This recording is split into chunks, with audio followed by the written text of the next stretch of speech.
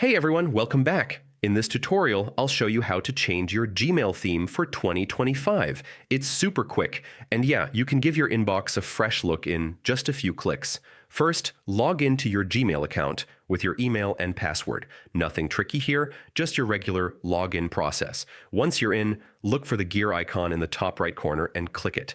This opens the Quick Settings menu where you can adjust your inbox appearance. Now click on See All Settings or directly on Themes if it shows up.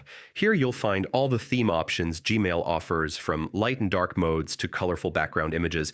Browse through the themes and pick the one you like. Click on it and then hit Save or Apply. Your inbox will instantly update to the new look. If you want, Gmail also lets you customize further with colors or your own image. Just click My Photos or Custom in the Themes section and upload your favorite background. And that's it. You've successfully changed your Gmail theme for 2025. Now your inbox looks fresh and personalized. If this helped you out, don't forget to like the video, subscribe, and hit the bell so you don't miss any of my future tutorials.